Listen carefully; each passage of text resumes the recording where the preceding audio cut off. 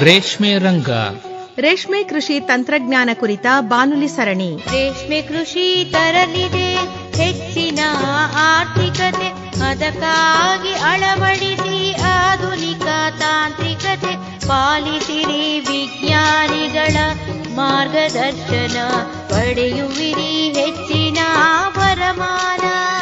ಕೇಳಿ ಕಾರ್ಯಕ್ರಮ ರೇಷ್ಮೆ ರಂಗ. ಬಾಳಲಿ ಕಾಣುವಿರಿ ಹೊನ್ನಸಿರಿ, ಬರಲಿದೆ ಬಾನುಲಿಯಲಿ ರೇಷ್ಮೆ ಐಸಿರಿ.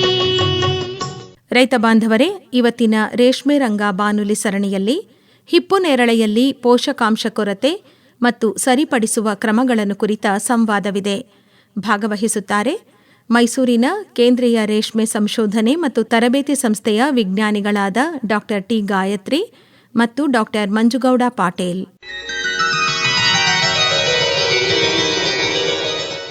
ಡಾಕ್ಟರ್ ಗಾಯತ್ರಿ ಅವರೇ ನಮಸ್ಕಾರ. ನಮಸ್ಕಾರ ಸರ್. ಡಾಕ್ಟರ್ ಮಂಜುಗೌಡ ಪಾಟೀಲ್ ಅವರೇ ತಮಗೂ ನಮಸ್ಕಾರ. ನಮಸ್ಕಾರ ಸರ್.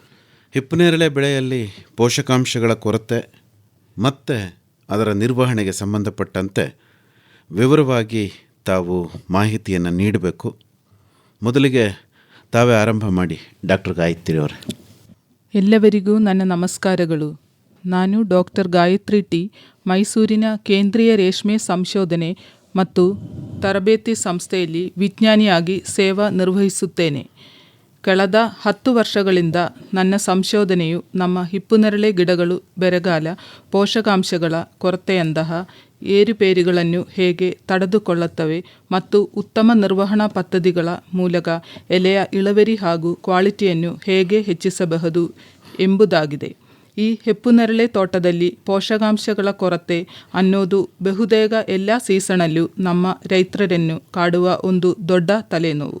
ಆದರೆ ಯಾವ ಪೋಷಕಾಂಶ ಕಡಿಮೆ ಆದರೆ ಗಿಡ ಹೇಗೆ ಲಕ್ಷಣ ತೋರಿಸುತ್ತೆ ಅಂತ ನಾವು ಸರಿಯಾಗಿ ಗುರುತಿಸೋಕೆ ಕಲಿತುಕೊಂಡರೆ ಈ ಸಮಸ್ಯೆಯನ್ನು 100% ತಡೆಯಬಹುದು ಮತ್ತು ತಕ್ಷಣ ಸರಿಪಡಿಸಬಹುದು. ಅಂತಹ ಮಹತ್ವದ ಮಾಹಿತಿಯನ್ನು ನಿಮ್ಮ ಜೊತೆ ಹಂಚಿಕೊಳ್ಳಲು ನನಗೆ ತುಂಬ ಸಂತೋಷವಾಗಿದೆ. ನನ್ನ ಪ್ರೀತಿಯ ರೈತ ಮಿತ್ರರಿಗೆ ನಮಸ್ಕಾರಗಳು. ನಾನು ಡಾಕ್ಟರ್ ಮಂಜುಗೌಡ ಪಾಟೀಲ್, ಮೈಸೂರಿನ CSITI ಸಂಸ್ಥೆಯಲ್ಲಿ ವಿಜ್ಞಾನಿ ಬಿ ಆಗಿ ಕಾರ್ಯನಿರ್ವಹಿಸುತ್ತಿದ್ದೇನೆ. ನಾನು ಬೆಂಗಳೂರಿನ ಕೃಷಿ ವಿಶ್ವವಿದ್ಯಾಲಯ GKVKಯಿಂದ PhD ಪದವಿ ಮುಗಿಸಿ ಕಳೆದ 6 ತಿಂಗಳಿಂದ ಮಲ್ಬರಿ ಫಿಸಿಯಾಲಜಿ ವಿಭಾಗದಲ್ಲಿ ಸಂಶೋಧನೆ ಮಾಡುತ್ತಿದ್ದೇನೆ. ರೈತರೇ, ನಾವು ಪೋಷಕಾಂಶಗಳ ಕೊರತೆ ಬಗ್ಗೆ ಯಾಕೆ ಇಷ್ಟೊಂದು ತಲೆ ಕೆಡಿಸ್ಕೊಳ್ಬೇಕು ಗೊತ್ತಾ? ಇದರ ಪರಿಣಾಮ ಬರೀ ತೋಟದ ಗಿಡಗಳಿಗೆ ಮಾತ್ರ ಸೀಮಿತವಾಗಿರಲ್ಲ. ತೋಟದಲ್ಲಿ ಎಲೆ ಕಳಪೆಯಾದರೆ ಅದು ನೇರವಾಗಿ ನಮ್ಮ ಹುಳು ಸಾಕಾಣಿಕೆ ಮನೆಯಲ್ಲಿರೋ ರೇಷ್ಮೆ ಹುಳುಗಳ ಆರೋಗ್ಯ, ಅವುಗಳ ತೂಕ ಮತ್ತು ಗೂಡಿನ ಗುಣಮಟ್ಟವನ್ನು ಹಾಳು ಮಾಡಿಬಿಡುತ್ತೆ. ಅದಕ್ಕೆ ನಮ್ಮ ರೈತರು ಈ ಕೊರತೆಗಳ ಪ್ರಾಮುಖ್ಯತೆಯನ್ನು ಅರ್ಥ ಮಾಡಿಕೊಂಡು ಇಳುವರಿ ಹೆಚ್ಚಿಸಿಕೊಳ್ಳಬೇಕು ಅನ್ನೋದು ನಮ್ಮ ಮಹದಾಸೆ.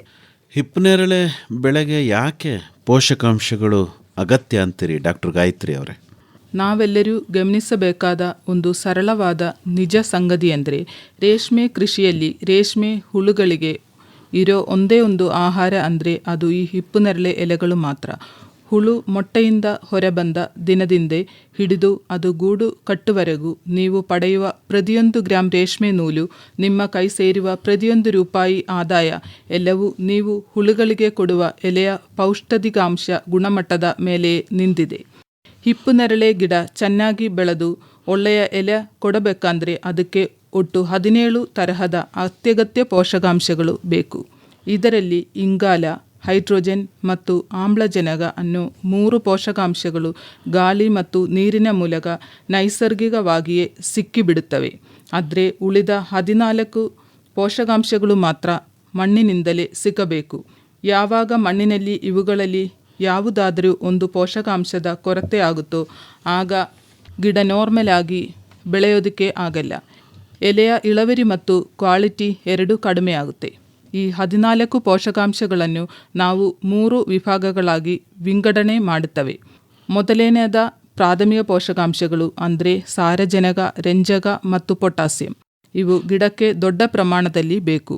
ಗಿಡದ ಬೆಳವಣಿಗೆ, ಬೇರಿನ ಶಕ್ತಿ ಮತ್ತು ಎಲೆ ಉತ್ಪಾದನೆಗೆ ಇವು ಮುಖ್ಯ. ಎರಡನೇದು ದ್ವಿತೀಯ ಪೋಷಕಾಂಶಗಳು ಕ್ಯಾಲ್ಸಿಯಂ, ಮೆಗ್ನೀಷಿಯಂ ಮತ್ತು ಗಂಧಕ. ಇವು ಗಿಡದ ಕಣಗಳ ರಚನೆಗೆ, ಹಸಿರು ಬಣ್ಣಕ್ಕೆ ಮತ್ತು ಎನ್ಸೈಮ್ಗಳು ಕಲಸ ಸಹಾಯ ಮಾಡುತ್ತವೆ.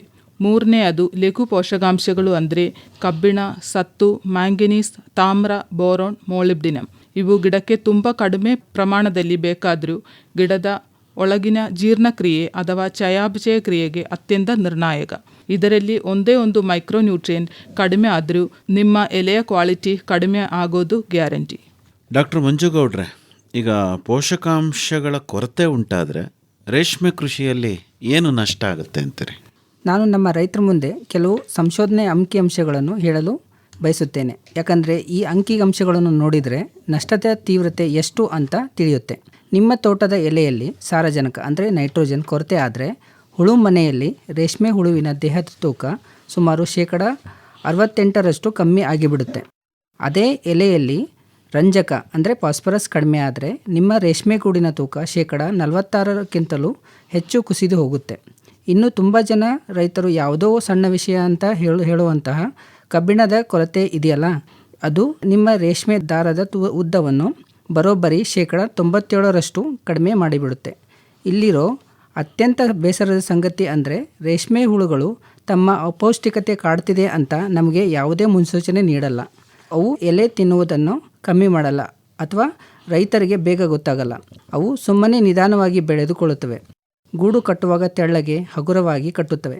ಇಲ್ಲವೇ ರೋಗ ನಿರೋಧಕ ಶಕ್ತಿ ಇಲ್ಲದೆ ಅರ್ಧದಲ್ಲೇ ರೋಗಕ್ಕೆ ತುತ್ತಾಗಿ ಸತ್ತು ಹೋಗ್ತವೆ.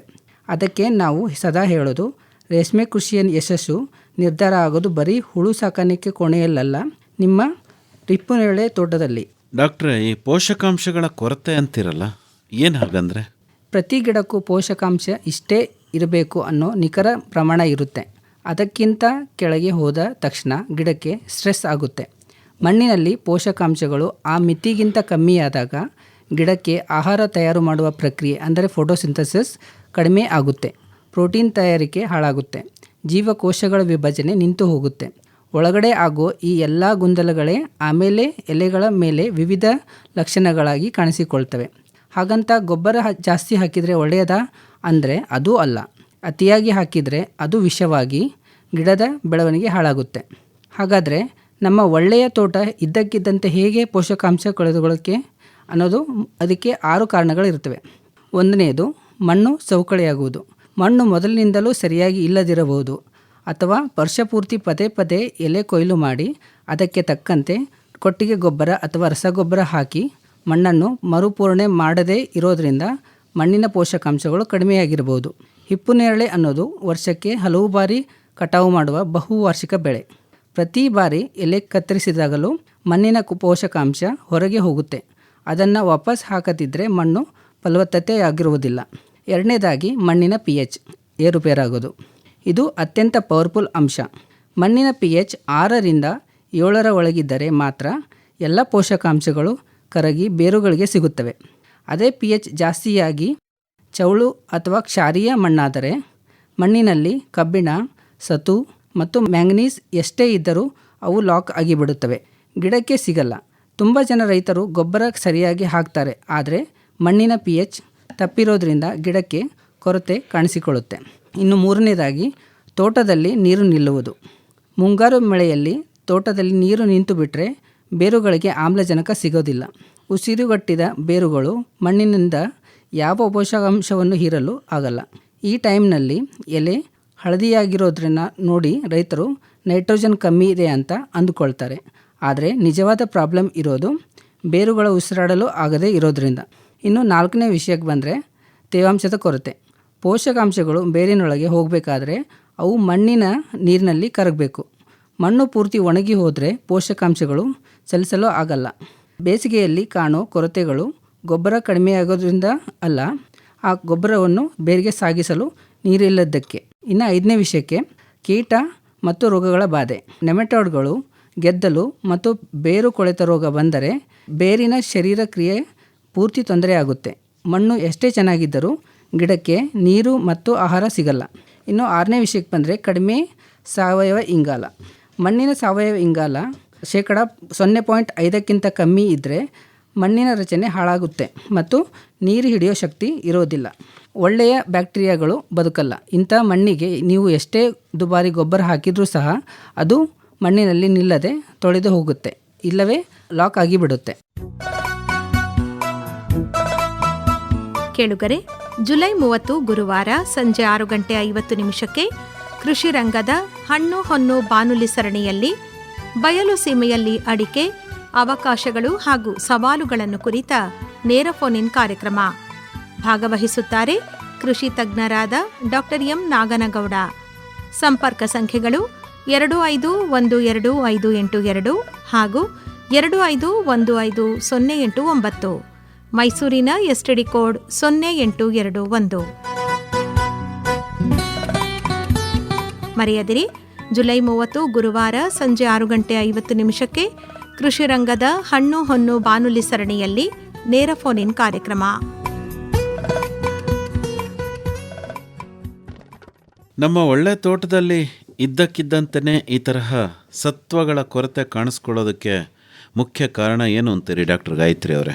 ಸಾರಜನಕ, ನೈಟ್ರೋಜನ್ ನೀವು ಹಾಕಿದರಲ್ಲಿ ಬರೀ 30-50% ಮಾತ್ರ ಗಿಡಕ್ಕೆ ಸಿಗುತ್ತೆ.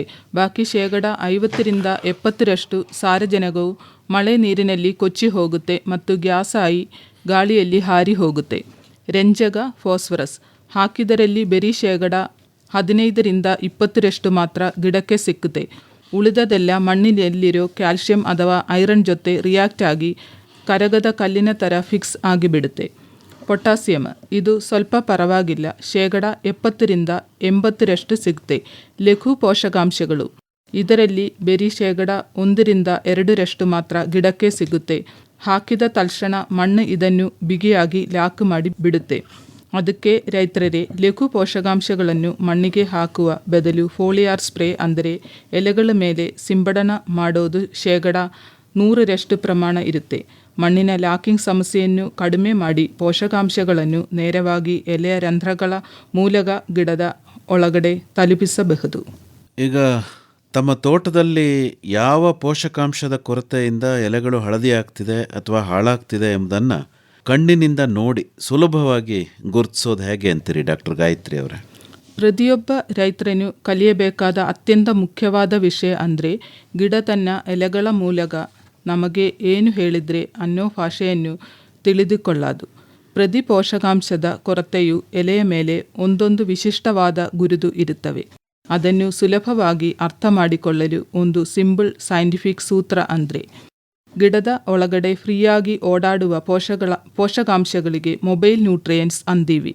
ಇವುಗಳ ಕೊರತೆ ಆದಾಗ ಕೆಳಗಡೆ ಇರೋ ತನ್ನ ಹಳೆಯ ಎಲೆಗಳಿಂದ ಪೋಷಕಾಂಶಗಳನ್ನು ಕಿತ್ತುಕೊಂಡು ಮೇಲಿರೋ ಹೊಸ ಚಿಗುರು ಎಲೆಗಳಿಗೆ ಕಳಿಸಿಬಿಡುತ್ತೆ. ಹಾಗಾಗಿ ಸಾರಜನಕ, ರಂಜಕ, ಪೊಟ್ಯಾಸಿಯಂ ಮತ್ತು ಮೆಗ್ನೀಷಿಯಂ ಕೊರತೆಯ ಲಕ್ಷಣಗಳು ಮೊದಲು ಕೆಳಗಿನ ಹಳೆಯ ಎಲೆಗಳ ಮೇಲೆ ಕಾಣಿಸಿಕೊಳ್ಳುತ್ತವೆ. ಆದರೆ ಗಿಡದ ಒಳಗಡೆ ಓಡಾಡಲು ಆದಾಗ ಕೆಲವು ಪೋಷಕಾಂಶಗಳಿಗೆ ಇಮ್ಮೊಬೈಲ್ ನ್ಯೂಟ್ರಿಯೆಂಟ್ಸ್ ಅಂತೀವಿ. ಇವು ಒಮ್ಮೆ ಒಂದು ಕಡೆ ಕುಳಿದರೆ ಅಲ್ಲಿದ ಕದಲಲ್ಲ. ಹಾಗಾಗಿ ಕ್ಯಾಲ್ಶಿಯಂ, ಗಂಧಕ, ಕಬ್ಬಿಣ, ಸತ್ತು, ಮ್ಯಾಂಗನೀಸ್ ಮತ್ತು ಬೋರಾನ್ ಕೊರತೆಯ ಲಕ್ಷಣಗಳು ಮೊದಲು ಮೇಲ್ಭಾಗದ ಹೊಸ ಚಿಗುರೆ ಎಲೆಗಳು ಮತ್ತು ಬೆಳೆಯುವ ತುದಿಗಳ ಮೇಲೆ ಕಾಣಿಸಿಕೊಳ್ಳುತ್ತವೆ. ಈ ಒಂದು ಬೇಸಿಕ್ ಟ್ರಿಕ್ ನೆನಪಿಟ್ಟರೆ ನೀವು ಅರ್ಥ ಡಾಕ್ಟರ್ ಆದ ಹಾಗೆ. ಈಗ ನಾವು ಪೋಷಕಾಂಶಗಳ ಕೊರತೆಯ ಲಕ್ಷಣ ಬಗ್ಗೆ ತಿಳ್ಕೊಳ್ಳೋಣ. ಮೊದಲನೇದಾಗಿ ಸಾರಜನಕ ಅಂದರೆ ನೈಟ್ರೋಜನ್. ಇದರಿಂದ ತೋಟದಲ್ಲಿ ಗಿಡಗಳ ಬೆಳವಣಿಗೆ ಇದ್ದಕ್ಕಿದ್ದ ಹಾಗೆ ಕುಂಠಿತವಾಗುತ್ತೆ. ಗಿಡಕ್ಕೆ ರೋಗ ಬಂದ ಹಾಗೆ ಕಾಣುತ್ತೆ. ಕೆಳಗಿನ ಎಲೆಗಳು ತಿಳಿ ಹಳದಿ ಬಣ್ಣಕ್ಕೆ ತಿರುಗುತ್ತವೆ. ಈ ಹಳದಿ ಬಣ್ಣ ಮೊದಲು ಎಲೆಯ ಅಂಚಿನಲ್ಲಿ ಶುರುವಾಗಿ ಒಳಗಡೆ ಹರಡುತ್ತೆ ಮತ್ತು ಆ ಎಲೆಗಳು ಬೇಗನೆ ಉದುರಿ ಹೋಗುತ್ತವೆ. ಇನ್ನು ರಂಜಕದ ವಿಷಯಕ್ಕೆ ಬಂದರೆ ಇದರ ಲಕ್ಷಣ ಹೊಸ ಎಲೆಗಳ ಮೇಲೆ ಕಾಣುತ್ತೆ. ಚಿಗುರೆಲೆಗಳು ತಮ್ಮ ಹಸಿರು ಬಣ್ಣ ಕಳೆದುಕೊಂಡು ಮಸುಕಾಗಿ ಹಳದಿಯಾಗುತ್ತವೆ. ಕೊರತೆ ಜಾಸ್ತಿಯಾದರೆ ಎಲೆಯ ಅಂಚುಗಳು ಸುಟ್ಟ ಹಾಗೆ ಕಪ್ಪಗಾಗುತ್ತವೆ. ನರಗಳ ಮಧ್ಯೆ ಬಿಳಿ ಕಲೆಗಳು ಮತ್ತು ಎಲೆಯ ಅಂಚಿನ ಕೆಳಗೆ ಗುಳ್ಳೆಯ ತರಹದ ಕಲೆಗಳು ಕಾಣಿಸಿಕೊಂಡು ಎಲೆ ಉದುರುತ್ತವೆ. ಇನ್ನು ಮೂರನೇದಾಗಿ ಪೊಟ್ಯಾಷಿಯಂ. ಗಿಡದ ತುದಿ ಬೆಳವಣಿಗೆ ನಿಲ್ಲುತ್ತೆ. ಕೆಳಗಿನ ಎಲೆಗಳು ಹಳದಿಯಾಗುತ್ತವೆ. ಇದರ ಮುಖ್ಯ ಗುರುತು ಏನಂದರೆ ಎಲೆಯ ಅಂಚುಗಳು ವಿಭಿನ್ನವಾಗಿ ಕಂದು ಬಣ್ಣಕ್ಕೆ ತಿರುಗಿ ಒಣಗಲು ಶುರುವಾಗುತ್ತವೆ. ಎಲೆ ಮಧ್ಯೆ ಹಸಿರಾಗಿದ್ದರೂ ಅಂಚೆಲ್ಲ ಸುಟ್ಟ ಹಾಗೆ ಕಾಣುತ್ತೆ ಮತ್ತು ಆಮೇಲೆ ಎಲೆ ಉದುರುತ್ತೆ. ಇನ್ನು ನಾವು ಉಳಿದ ಪೋಷಕಾಂಶಗಳ ಕೊರತೆ ಬಗ್ಗೆ ತಿಳ್ಕೊಳ್ಳೋಣ. ಕ್ಯಾಲ್ಸಿಯಂ. ಇದನ್ನು ಗುರುತಿಸುವುದು ತುಂಬ ಈಸಿ. ಎಲೆಗಳು ತಮ್ಮ ನಾರ್ಮಲ್ ಶೇಪ್ ಕಳೆದುಕೊಂಡು ಮುರುಟಿಕೊಂಡು ಡೊಂಕರವಾಗಿ ಬಿಡುತ್ತವೆ. ಚಿಗುರೆಲೆಗಳ ತುದಿಗಳು ಒಣಗಲು ಶುರುವಾಗುತ್ತವೆ. ಗಿಡದ ಕಾಂಡ ವೀಕ್ ಆಗಿ ತೋಟದಲ್ಲಿ ಗಿಡಗಳು ನೆಟ್ಟಗೆ ನಿಲ್ಲಲಾಗದೆ ಗಾಳಿಗೆ ಬಾಗಿ ನೆಲಕ್ಕೆ ಬಿದ್ದು ಬಿಡುತ್ತವೆ. ಇನ್ನು ಮ್ಯಾಗ್ನೀಷಿಯಂ, ಇದು ನೋಡಲು ತುಂಬ ವಿಚಿತ್ರವಾಗಿರುತ್ತೆ. ಎಲೆಯ ನರಗಳ ಮಧ್ಯದ ಭಾಗವೆಲ್ಲ ಹಳದಿಯಾಗಿ ತೇಜಸ್ಸು ಕಳೆದುಕೊಂಡಂತೆ, ಆದರೆ ಎಲೆಯ ನರಗಳು ಮಾತ್ರ ದಟ್ಟ ಹಸಿರಾಗಿಯೇ ಉಳಿಯುತ್ತವೆ. ಇದನ್ನು ಇಂಟರ್ವಿನಲ್ ಕ್ಲೋರೋಸಿಸ್ ಅಂತೀವಿ. ಎಲೆ ನೋಡಲು ಒಂದು ತರಹದ ಪಟ್ಟೆಯಾಗಿ ಅಥವಾ ಮಾರ್ಬಲ್ ಕಲ್ಲಿನ ಡಿಸೈನ್ ಥರ ಕಾಣುತ್ತೆ. ಕೆಲವೊಮ್ಮೆ ಎಲೆ ಮೇಲೆ ಕೆಂಪು ಹಸಿರು ಮಿಶ್ರಿತ ಕಲೆಗಳು ಮೂಡುತ್ತವೆ. ಇನ್ನು ಗಂಧಕ, ಸಲ್ಫರ್, ಇದನ್ನು ನೋಡಲು ನೈಟ್ರೋಜನ್ ಕೊರತೆಯಂತೆಯೇ ಇರುತ್ತೆ. ಆದರೆ ವ್ಯತ್ಯಾಸ ಏನಂದರೆ ಇದು ಕೆಳಗಿನ ಎಲೆಗಳಿಗೆಲ್ಲ ಮೇಲ್ಭಾಗದ ಚಿಗುರೆಲೆಗಳಿಗೆ ಮೊದಲು ಹಳದಿ ಬಣ್ಣ ತರುತ್ತೆ. ಇದರ ಸ್ಪೆಷಲ್ ಲಕ್ಷಣ ಏನಂದರೆ ಎಲೆಯ ಮೇಲ್ಮೈಯಲ್ಲಿ ಕಂದು ಬಣ್ಣದ ಒಂಥರ ಎಣ್ಣೆ ಜಿಡ್ಡಿನ ಕಲೆಗಳು ಅಲ್ಲಲ್ಲಿ ಚಿಮುಕಿಸಿದ ಹಾಗೆ ಕಾಣಿಸಿಕೊಳ್ತವೆ. ಇನ್ನು ನಾವು ಲಘು ಪೋಷಕಾಂಶಗಳ ಬಗ್ಗೆ ಹೇಳೋದಾದರೆ ಕಬ್ಬಿಣದ ಕೊರತೆ ಬಂದರೆ ಹೊಸ ಚಿಗುರೆಲೆಗಳು ಸಂಪೂರ್ಣವಾಗಿ ಹಸಿರು ಬಣ್ಣ ಕಳೆದುಕೊಂಡು ಬಿಳಿಚಿಕೊಳ್ಳುತ್ತವೆ. ಕೊರತೆ ತೀವ್ರ ಆದಾಗ ಕೆಳಗಿನ ಹಳೆಯ ಎಲೆಗಳು ಒಂದು ತರಹದ ಧೂಳು ಮುಚ್ಚಿದ ಮಸುಕಾದ ಹಳದಿ ಬಣ್ಣಕ್ಕೆ ತಿರುಗುತ್ತವೆ. ಗಿಡದಲ್ಲಿರುವ ಉಳಿದ ಭಾಗದ ಎಲೆಗಳಿಗೂ ಈ ಹಳದಿ ಎಲೆಗಳಿಗೂ ಇರೋ ವ್ಯತ್ಯಾಸ ದೂರದಿಂದಲೇ ಎದ್ದು ಕಾಣುತ್ತೆ. ಮ್ಯಾಂಗನೀಸ್ ಕೊರತೆ, ನೀವು ಚಿಗುರುತ್ತಿರುವ ಎಲೆಗಳನ್ನು ನೋಡಿದರೆ ಹಳದಿ ಬಣ್ಣದ ಅಂಚಿನಿಂದ ಶುರುವಾಗಿ ನರಗಳ ಕಡೆಗೆ ಹರಡುತ್ತೆ. ಆದರೆ ಬಲಿತ ಎಲೆಯ ಅಂಚುಗಳು ಸಂಪೂರ್ಣವಾಗಿ ಬಿಳಿಯಾಗುತ್ತವೆ. ಆದರೆ ಮುಖ್ಯ ನರಗಳು ಮಾತ್ರ ಹಸಿರಾಗಿರುತ್ತವೆ. ಇನ್ನು ಬೋರಾನ್, ಇದು ಇಡೀ ಗಿಡದ ಶೇಪ್ ಅನ್ನೇ ಹಾಳು ಮಾಡುತ್ತದೆ. ಗಿಡದ ಬೆಳವಣಿಗೆ ಕಂಪ್ಲೀಟ್ ಸ್ಟಾಪ್ ಆಗುತ್ತೆ. ಎಲೆಯ ನರಗಳು ಮತ್ತು ಕಾಂಡದ ಮೇಲಿರುವ ಸಣ್ಣ ರಂಧ್ರಗಳು ದಪ್ಪಗಾಗಿ ಹೊರಗಡೆ ಉಬ್ಬಿ ಬರುತ್ತವೆ. ಕೈಯಿಂದ ಮುಟ್ಟಿ ನೋಡಿದರೆ ಉಬ್ಬುದ್ದಗೂ ಗೊತ್ತಾಗುತ್ತೆ. ಕೊರತೆ ಹೆಚ್ಚಾದರೆ ಕಾಂಡ ಮತ್ತು ಎಲೆಯ ನರಗಳು ಮಧ್ಯದಲ್ಲಿ ಸೀಳಿ ಬಿರುಕುಗೊಂಡಿರುತ್ತವೆ. ಇದು ಬೇರೆ ಯಾವ ಕೊರತೆಯಲ್ಲೂ ಆಗಲ್ಲ. ಆದರೆ ಇಲ್ಲೊಂದು ಎಚ್ಚರಿಕೆಯ ಮಾತು, ಕೆಲವೊಮ್ಮೆ ತೋಟದಲ್ಲಿ ನೀರು ನಿಂತಾಗ, ಬರಗಾಲ ಬಂದಾಗ, ಬೇರಿಗೆ ನಿಮೆಟೋಡ್ಗಳು ಇದ್ದಾಗ ಅಥವಾ ಕಳೆನಾಶಕಗಳು ಸ್ಪ್ರೇ ಉಲ್ಟಾ ಹೊಡೆದಾಗಲೂ ಎಲೆಗಳು ಇದೇ ತರಹದ ಹಳದಿಯಾಗಿರುತ್ತವೆ. ಹಾಗಾಗಿ ಬರೀ ಕಣ್ಣಿನಿಂದ ನೋಡಿ ಕನ್ಫರ್ಮ್ ಮಾಡಬೇಡಿ. ಮಣ್ಣು ಮತ್ತು ಎಲೆಯ ಪರೀಕ್ಷೆ ಮಾಡಿಸಿ ಗ್ಯಾರಂಟಿ ಮಾಡಿಕೊಂಡೇ ಮುಂದುವರಿಯಿರಿ. ಕಣ್ಣಿನ ಅಂದಾಜಿನ ಮೇಲಷ್ಟೇ ನಿರ್ಧಾರ ಮಾಡದೆ ಕೊರತೆಯನ್ನು ವೈಜ್ಞಾನಿಕವಾಗಿ ಖಚಿತಪಡಿಸ್ಕೊಳ್ಳೋದಕ್ಕೆ ಮಣ್ಣು ಮತ್ತು ಎಲೆಯನ್ನು ಪರೀಕ್ಷೆ ಮಾಡುವಂತಹ ಸರಿಯಾದ ವಿಧಾನ ಯಾವುದು ಅಂತೀರಿ ಡಾಕ್ಟರ್ ಮಂಜುಗೌಡ್ರೆ? ರೈತ ಬಾಂಧವರೇ, ಈಗ ನಾವು ಮಣ್ಣು ಪರೀಕ್ಷೆ ಮತ್ತು ಎಲೆ ಪರೀಕ್ಷೆ ಬಗ್ಗೆ ಸ್ವಲ್ಪ ತಿಳ್ಕೊಳ್ಳೋಣ. ಇವೆರಡು ನಿಮ್ಮ ತೋಟದ ಆರೋಗ್ಯ ತಿಳಿಯೋ ಎರಡು ಕಣ್ಣುಗಳು ಇದ್ದ ಹಾಗೆ. ಲ್ಯಾಬ್ ರಿಪೋರ್ಟ್ನಲ್ಲಿ ನಿಖರವಾಗಿ ಏನು ಪ್ರಾಬ್ಲಮ್ ಇದೆ ಮತ್ತು ಎಷ್ಟು ಗೊಬ್ಬರ ಹಾಕಬೇಕು ಅಂತ ಶಿಫಾರಸಿನ ಸಮೇತ ಹೇಳುತ್ತದೆ. ಮೊದಲು ಮಣ್ಣಿನ ಸ್ಯಾಂಪಲ್ ಹೇಗೆ ತೆಗಿಬೇಕು ಅಂತ ಹೇಳ್ತೀನಿ ಕೇಳಿ. ಯಾಕಂದರೆ ಸ್ಯಾಂಪಲ್ ತೆಗೆದುಕೊಳ್ಳೋದು ತಪ್ಪಾದರೆ ರಿಪೋರ್ಟ್ ತಪ್ಪಾಗಿ ಬರುತ್ತೆ. ನಿಮ್ಮ ಹಿಪ್ಪುನೇರಳೆ ತೋಟದಲ್ಲಿ ಜಿಗ್ಜ್ಯಾಗ್ ಅಂದರೆ ಅಂಕುಡೊಂಕಾದ ಹಾದಿಯಲ್ಲಿ ನಡೆದುಕೊಂಡು ಬೇರೆ ಬೇರೆ 8ರಿಂದ 10 ಜಾಗಗಳನ್ನು ಗುರುತಿಸ್ಕೊಳ್ಬೇಕು.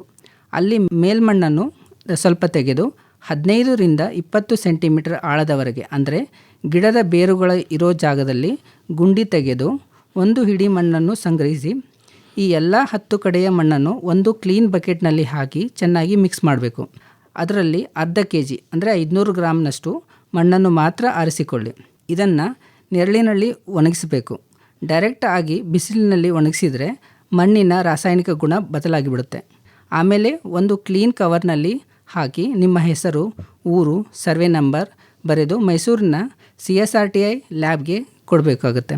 ರಿಪೋರ್ಟ್ನಲ್ಲಿ ನಿಮ್ಮ ಮಣ್ಣಿನ pH, EC, ಆರ್ಗ್ಯಾನಿಕ್ ಕಾರ್ಬನ್ ಮತ್ತು NPK ಮಟ್ಟವನ್ನು ಎಲ್ಲವನ್ನು ಬರೆದು ಕೊಡ್ತಾರೆ. ಮಣ್ಣು ಪರೀಕ್ಷೆ ಜೊತೆಗೆ ಎಲೆ ಪರೀಕ್ಷೆ ಕೂಡ ತುಂಬ ಮುಖ್ಯ.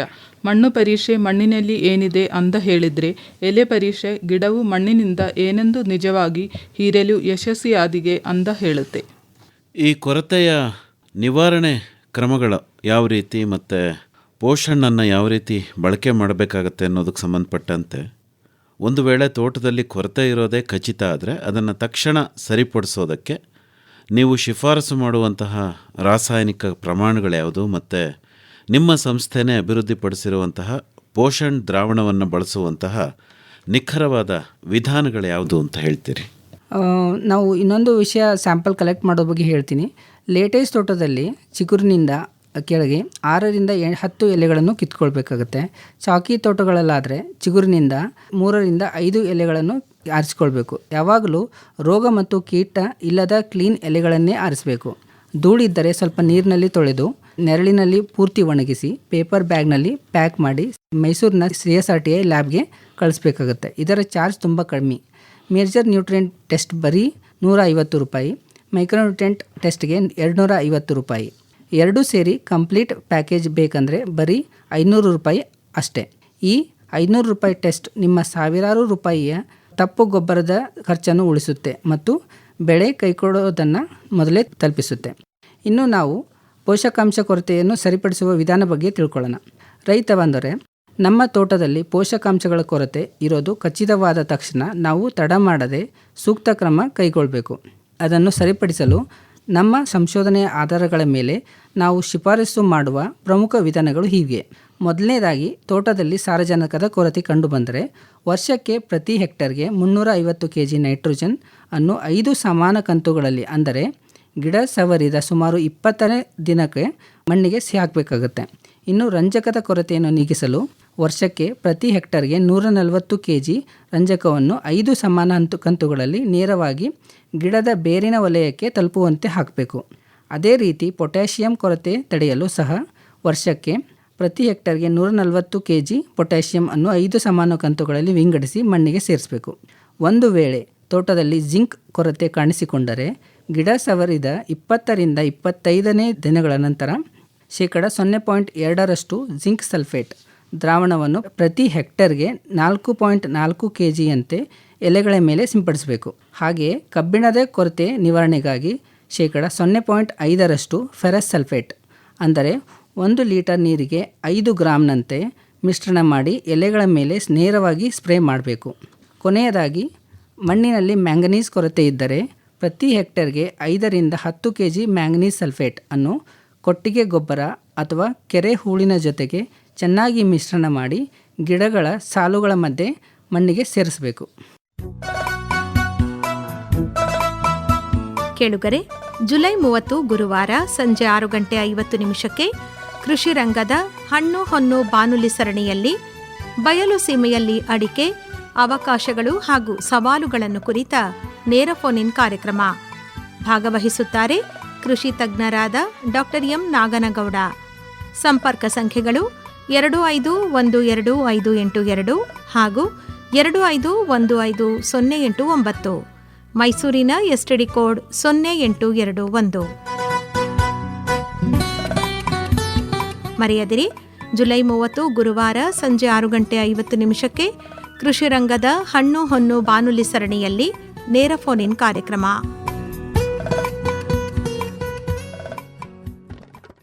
ನಮ್ಮ ಸಂಸ್ಥೆಯಲ್ಲಿ 2011ರಲ್ಲಿ ಕಂಡುಹಿಡಿದ ಅದ್ಭುತ ಪ್ರಾಡಕ್ಟ್ ಪೋಷಣ್. ತೋಟದಲ್ಲಿ ಒಂದೇ ಕೊರತೆ ಇರಲ್ಲ, ಹಲವು ಪೋಷಕಾಂಶಗಳು ಒಟ್ಟಿಗೆ ಕಮ್ಮಿಯಾಗಿರ್ತವೆ. ಅದಕ್ಕೆ ಈ ಪೋಷಣ್ ಸಹಾಯ ಮಾಡುತ್ತದೆ. ಇದೊಂದು ಮಲ್ಟಿ ನ್ಯೂಟ್ರಿಯೆಂಟ್ ದ್ರಾವಣದ ಸ್ಪ್ರೇ. ಇದರಲ್ಲಿ ಗಿಡಕ್ಕೆ ಬೇಕಾದ ಎಲ್ಲ ಪ್ರಮುಖ ಮತ್ತು ಲಘು ಪೋಷಕಾಂಶಗಳು ಸಮತೋಲಿತ ರೂಪದಲ್ಲಿ ಇರುತ್ತವೆ.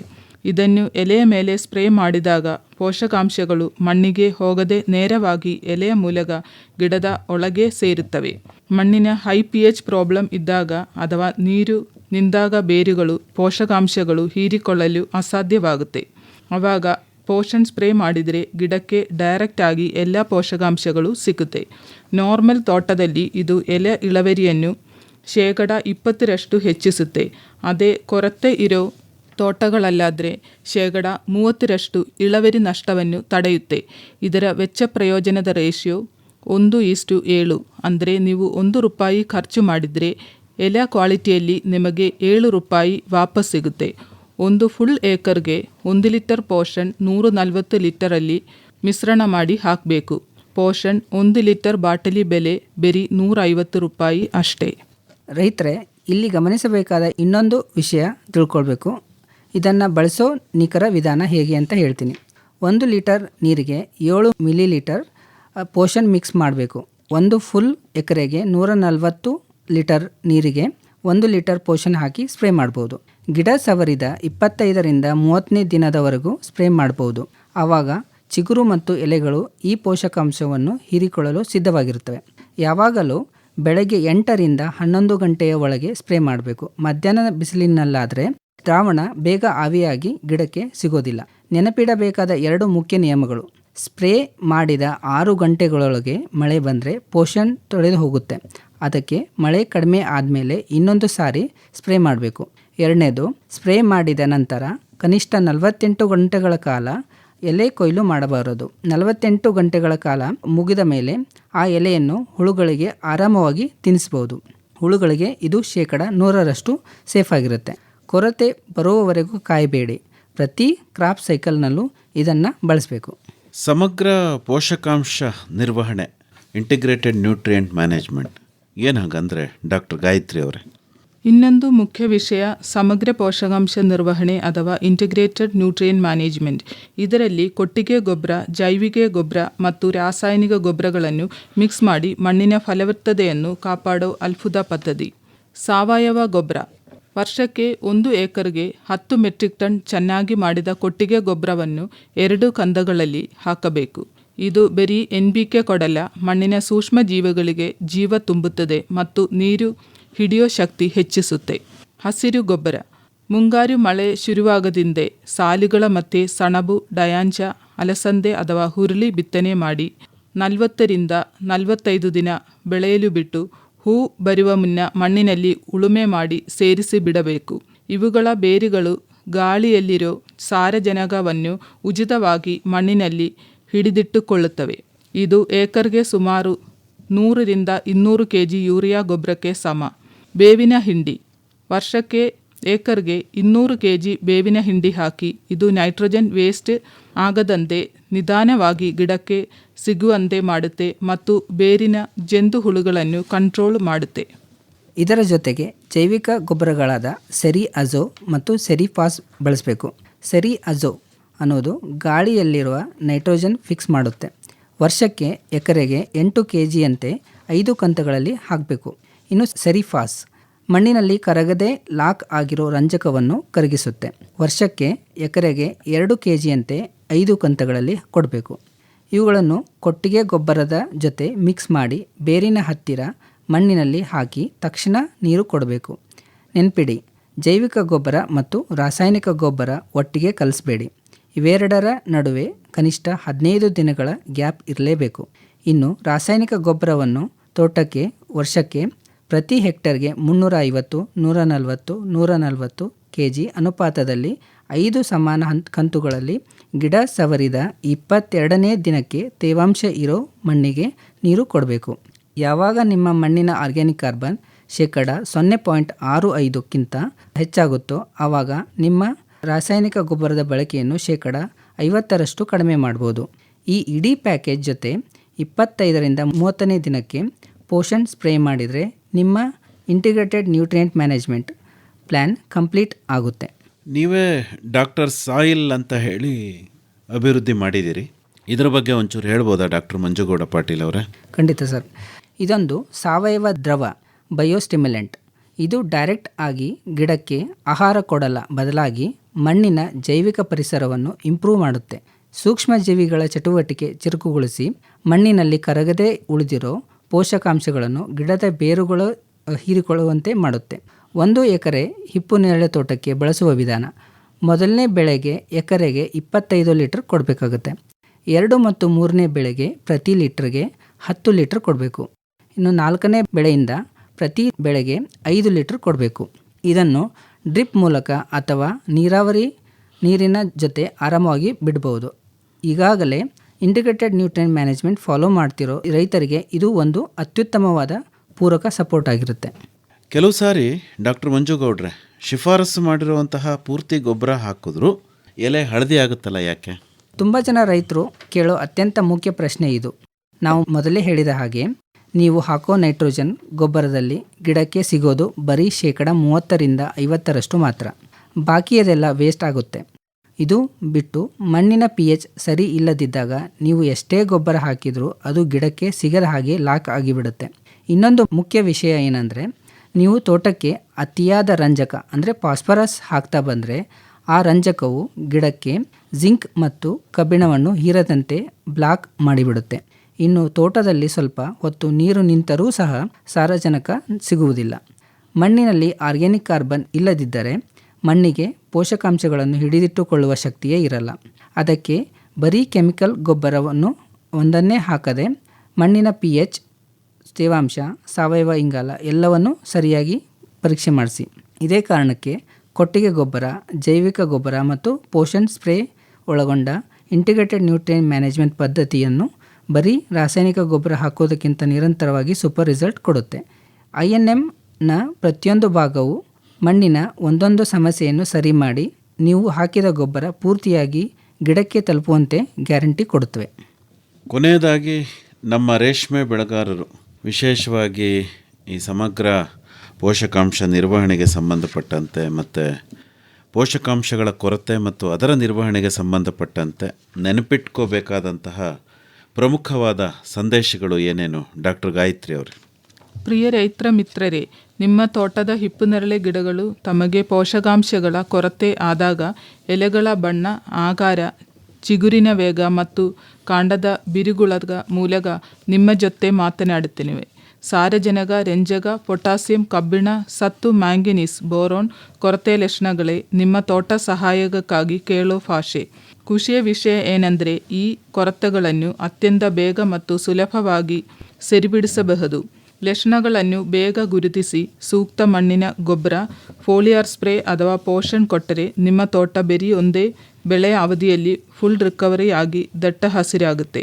ನಮ್ಮ ರೈತರನ್ನು ತಲುಪಲು ಈ ವೇದಿಕೆ ಮಾಡಿಕೊಟ್ಟ ಮೈಸೂರು ಆಕಾಶವಾಣಿಗೆ ನನ್ನ ಹೃದಯಪೂರ್ವಕ ಧನ್ಯವಾದಗಳು. ರೇಷ್ಮೆ ಹುಳುಗಳನ್ನು ಎಷ್ಟು ಜಾಗರೂಕತೆಯಿಂದ ಸಾಕ್ತೀರೋ ಅಷ್ಟೇ ಪ್ರೀತಿಯಿಂದ ನಿಮ್ಮ ತೋಟದ ಮಣ್ಣು ಮತ್ತು ಎಲೆಯ ಆರೋಗ್ಯವನ್ನು ನೋಡಿಕೊಳ್ಳಿ ಅಂದ ಕೇಳಿಕೊಡುತ್ತೇನೆ. ಕೊನೆಯದಾಗಿ ಕೆಲವು ಪ್ರಮುಖ ಅಂಶಗಳನ್ನು ಹೇಳ್ತೀನಿ, ದಯವಿಟ್ಟು ಬರ್ಕೊಳ್ಬೇಕು. ಗಿಡಕ್ಕೆ 17 ಪೋಷಕಾಂಶಗಳು ಬೇಕು. ಒಂದರ ಕೊರತೆಯಾದರೂ ಎಲೆಯ ಕ್ವಾಲಿಟಿ ಮತ್ತು ಹುಳುಗಳ ಬೆಳವಣಿಗೆ ಹಾಳಾಗುತ್ತೆ. ಕೆಳಗಿನ ಹಳೆಯ ಎಲೆಗಳಿಗೆ ಲಕ್ಷಣ ಕಂಡುಬಂದರೆ ಅದು ಸಾರಜನಕ, ಪೊಟ್ಯಾಷಿಯಂ ಅಥವಾ ಮ್ಯಾಗ್ನೀಷಿಯಂ ಕೊರತೆ ಇರಬಹುದು. ಇನ್ನು ಮೇಲಿನ ಹೊಸ ಚಿಗುರೆಲೆಗಳಿಗೆ ಲಕ್ಷಣ ಕಂಡುಬಂದರೆ ಕ್ಯಾಲ್ಸಿಯಂ, ಗಂಧಕ, ಕಬ್ಬಿಣ, ಸತು, ಮ್ಯಾಂಗನೀಸ್ ಅಥವಾ ಬೋರಾನ್ ಕೊರತೆ ಇರಬಹುದು. ಮೇನ್ ಕಾರಣಗಳು ಮಣ್ಣಿನ ಫಲವತ್ತತೆ ಕಡಿಮೆ ಇರೋದು, ತಪ್ಪು pH, ನೀರು ನಿಲ್ಲುವುದು, ಬರಗಾಲವಾಗುವುದು, ಬೇರಿನ ಜಂತು ಹುಳುಗಳು ಮತ್ತು ಕಡಿಮೆ ಆರ್ಗ್ಯಾನಿಕ್ ಕಾರ್ಬನ್ ಇರುವುದು. ಮೈಸೂರಿನ CSRTIನಲ್ಲಿ ಮಣ್ಣು ಮತ್ತು ಎಲೆ ಪರೀಕ್ಷೆ ಮಾಡಿಸ್ಬೇಕು. ಇನ್ನು ಪೋಷಣ್ ಸ್ಪ್ರೇ 1 ಲೀಟರ್ ನೀರಿಗೆ 7 ಮಿಲಿ ಲೀಟರ್ ಗಿಡ ಸವರಿದ 25ರಿಂದ 30ನೇ ದಿನಕ್ಕೆ ಸ್ಪ್ರೇ ಮಾಡಬೇಕು. 48 ಗಂಟೆಗಳ ಸ್ಪ್ರೇ ಪೀರಿಯಡ್ ಮರೆಯಬೇಡಿ. 1 ಲೀಟರ್ ಬೆಲೆ ₹150, ಆದರೆ ಲಾಭ 7ರಷ್ಟು. INM ಪ್ಯಾಕೇಜ್ ಎಕರೆಗೆ 8 ಟನ್ ಕೊಟ್ಟಿಗೆ ಗೊಬ್ಬರ ಜೊತೆಗೆ ಹಸಿರೆಲೆ ಗೊಬ್ಬರ ಜೊತೆಗೆ 8 kg ಸೆರಿ ಅಜೋ ಜೊತೆಗೆ 2 kg ಸೆರಿಫಾಸ್, ಇದ್ರ ಜೊತೆಗೆ 200 kg ಬೇವಿನ ಹಿಂಡಿ ಮತ್ತು ಕೊನೆಯದಾಗಿ ಕೆಮಿಕಲ್ NPK ಗೊಬ್ಬರ ಮತ್ತು ಪೋಷಣ್ ಸ್ಪ್ರೇ. ಇನ್ನು ಕೊನೆಯ ವಿಷಯ, ಜೈವಿಕ ಗೊಬ್ಬರ ಮತ್ತು ಕೆಮಿಕಲ್ ಗೊಬ್ಬರದ ನಡುವೆ 15 ದಿನಗಳ ಗ್ಯಾಪ್ ಇರಲೇಬೇಕು. ನನ್ನ ಕೊನೆಯ ಮಾತು, ತೋಟದಲ್ಲಿ ಅಂದಾಜಿನ ಮೇಲೆ ಗೊಬ್ಬರ ಹಾಕಲೇಬೇಡಿ. ರೋಗ ಪತ್ತೆ ಮಾಡಿ ಚಿಕಿತ್ಸೆ ಕೊಡಿ. ಸಮಸ್ಯೆ ಕಂಡಾಗ ಸುಮ್ಮನೆ ಗೊಬ್ಬರ ಸುರಿದು ದೇವರ ಮೇಲೆ ಭಾರ ಹಾಕಬೇಡಿ. ಯಾವ ಎಲೆಗಳು ಹಳದಿಯಾಗಿದೆ, ಯಾವ ಭಾಗದಲ್ಲಿ ಕಲೆ ಬಂದಿದೆ ಅಂತ ಸೂಕ್ಷ್ಮವಾಗಿ ನೋಡಿ. ಇವತ್ತು ನಾವು ಹೇಳಿದ ಲಕ್ಷಣಗಳೆಲ್ಲ ಮ್ಯಾಚ್ ಮಾಡಿ ಆಮೇಲೆ ಲ್ಯಾಬ್ ಟೆಸ್ಟ್ ಮೂಲಕ ಕನ್ಫರ್ಮ್ ಮಾಡಿಕೊಂಡು ಅದಕ್ಕೆ ಬೇಕಾದ ನಿಖರ ಚಿಕಿತ್ಸೆ ಅಂದರೆ NPK, zinc sulphate, ferrous sulphate ಅಥವಾ ಪೋಷಣ್ ಸ್ಪ್ರೇ ಮಾಡಿ. ಇಂದಿನಿಂದಲೇ INM ಇಂಟಿಗ್ರೇಟೆಡ್ ನ್ಯೂಟ್ರಿಯೆಂಟ್ ಮ್ಯಾನೇಜ್ಮೆಂಟ್ ಪದ್ಧತಿಯನ್ನು ಅಳವಡಿಸಿಕೊಳ್ಳಿ. ಎಲ್ರಿಗೂ ಒಳ್ಳೆಯದಾಗಲಿ. ಧನ್ಯವಾದಗಳು. ಕೇಳುಗರೆ, ಜುಲೈ 30 ಗುರುವಾರ ಸಂಜೆ 6:50 ಕೃಷಿ ರಂಗದ ಹಣ್ಣು ಹೊನ್ನು ಬಾನುಲಿ ಸರಣಿಯಲ್ಲಿ ಬಯಲು ಸೀಮೆಯಲ್ಲಿ ಅಡಿಕೆ ಅವಕಾಶಗಳು ಹಾಗೂ ಸವಾಲುಗಳನ್ನು ಕುರಿತ ನೇರ ಫೋನ್ ಇನ್ ಕಾರ್ಯಕ್ರಮ. ಭಾಗವಹಿಸುತ್ತಾರೆ ಕೃಷಿ ತಜ್ಞರಾದ ಡಾಕ್ಟರ್ ಎಂ ನಾಗನಗೌಡ. ಸಂಪರ್ಕ ಸಂಖ್ಯೆಗಳು 25125582 ಹಾಗೂ 25150889. ಮೈಸೂರಿನ STD ಕೋಡ್ 0821. ಮರೆಯದಿರಿ, ಜುಲೈ 30 ಗುರುವಾರ ಸಂಜೆ 6:50 ಕೃಷಿ ರಂಗದ ಹಣ್ಣು ಹೊನ್ನು ಬಾನುಲಿ ಸರಣಿಯಲ್ಲಿ ನೇರ ಫೋನ್ ಇನ್ ಕಾರ್ಯಕ್ರಮ. ಹೆಚ್ಚಿನ ಮಾಹಿತಿಗೆ ತಮ್ಮನ್ನೇ ನೇರವಾಗಿ ಸಂಪರ್ಕ ಮಾಡಬೇಕು ಅಂದರೆ ಸಂಪರ್ಕಕ್ಕಾಗಿ ತಮ್ಮ ಮೊಬೈಲ್ ಸಂಖ್ಯೆ ಏನು ಡಾಕ್ಟರ್ ಗಾಯತ್ರಿ ಅವರೇ? 949539 2195. ಇನ್ನೊಮ್ಮೆ ಹೇಳ್ತೀರಾ? 9495392195. ಇನ್ನೂ ಒಂದ್ಸರಿ ಹೇಳ್ಬಿಡಿ. 9495392195. ತಮ್ಮದು ಡಾಕ್ಟರ್ ಮಂಜುಗೌಡ ಪಾಟೀಲ್ ಅವರೇ? 9620307533. ಇನ್ನೊಮ್ಮೆ? 9620307533. ಮಗದೊಮ್ಮೆ? 9620307533. ಒಳ್ಳೆಯದು ಡಾಕ್ಟರ್ ಮಂಜುಗೌಡ ಪಾಟೀಲ್ ಅವರೇ ಹಾಗೂ ಡಾಕ್ಟರ್ ಗಾಯತ್ರಿ ಅವರೇ, ಹಿಪ್ಪುನೇರಳೆ ಬೆಳೆಯಲ್ಲಿ ಪೋಷಕಾಂಶಗಳ ಕೊರತೆ ಮತ್ತು ಅದರ ನಿರ್ವಹಣೆಗೆ ಸಂಬಂಧಪಟ್ಟಂತೆ ಬಹಳ ಉಪಯುಕ್ತವಾದ ಮಾಹಿತಿ ನೀಡಿದ್ರಿ. ವಂದನೆಗಳು, ನಮಸ್ಕಾರ. ಧನ್ಯವಾದಗಳು ಸರ್. ನಮಸ್ಕಾರ ಸರ್. ಇದುವರೆಗೆ ಹಿಪ್ಪುನೇರಳೆಯಲ್ಲಿ ಪೋಷಕಾಂಶ ಕೊರತೆ ಮತ್ತು ಸರಿಪಡಿಸುವ ಕ್ರಮಗಳನ್ನು ಕುರಿತ ಸಂವಾದವನ್ನು ಕೇಳಿದಿರಿ. ಭಾಗವಹಿಸಿದ್ದವರು ಮೈಸೂರಿನ ಕೇಂದ್ರೀಯ ರೇಷ್ಮೆ ಸಂಶೋಧನೆ ಮತ್ತು ತರಬೇತಿ ಸಂಸ್ಥೆಯ ವಿಜ್ಞಾನಿಗಳಾದ ಡಾಕ್ಟರ್ ಟಿ ಗಾಯತ್ರಿ ಮತ್ತು ಡಾಕ್ಟರ್ ಮಂಜುಗೌಡ ಪಾಟೀಲ್. ಬರುವ ವಾರ ಮಣ್ಣು ಪರೀಕ್ಷೆ ಆಧಾರಿತ ರಸಗೊಬ್ಬರಗಳ ಶಿಫಾರಸುಗಳನ್ನು ಕುರಿತು ಮೈಸೂರಿನ ಕೇಂದ್ರೀಯ ರೇಷ್ಮೆ ಸಂಶೋಧನೆ ಮತ್ತು ತರಬೇತಿ ಸಂಸ್ಥೆಯ ವಿಜ್ಞಾನಿ ಡಾಕ್ಟರ್ ರವೀಂದ್ರ ಅವರೊಂದಿಗೆ ಸಂದರ್ಶನವಿದೆ. ರೇಷ್ಮೆ ಕೃಷಿ ತಂತ್ರಜ್ಞಾನ ಕುರಿತ ಬಾನುಲಿ ಸರಣಿ ರೇಷ್ಮೆ ರಂಗ ಈವರೆಗೆ ಆಲಿಸಿದಿರಿ. ಕಡಿಮೆ ಅವಧಿಯಲ್ಲಿ ರೇಷ್ಮೆಯ ಬೆಳೆದು ಜೀವನದಲ್ಲಿ ಐಶ್ವರ್ಯವ ಪಡೆದು ಸಿರಿ ತರಲು ರೇಷ್ಮೆ ಕೃಷಿ ಬೆಳೆಯಿರಿ. ಸಹಯೋಗ ಕೇಂದ್ರೀಯ ರೇಷ್ಮೆ ಸಂಶೋಧನೆ ಮತ್ತು ತರಬೇತಿ ಸಂಸ್ಥೆ ಮೈಸೂರು. ಸಂಕಲನ ಆರ್ ಲೋಕೇಶ್ವರಿ. ನಿರ್ಮಾಣ ಎನ್ ಕೇಶವಮೂರ್ತಿ. ಸಿರಿ ತರಲು ರೇಷ್ಮೆ ಕೃಷಿ ಬೆಳೆಯಿರಿ. ಭಾಗ್ಯಲಕ್ಷ್ಮಿ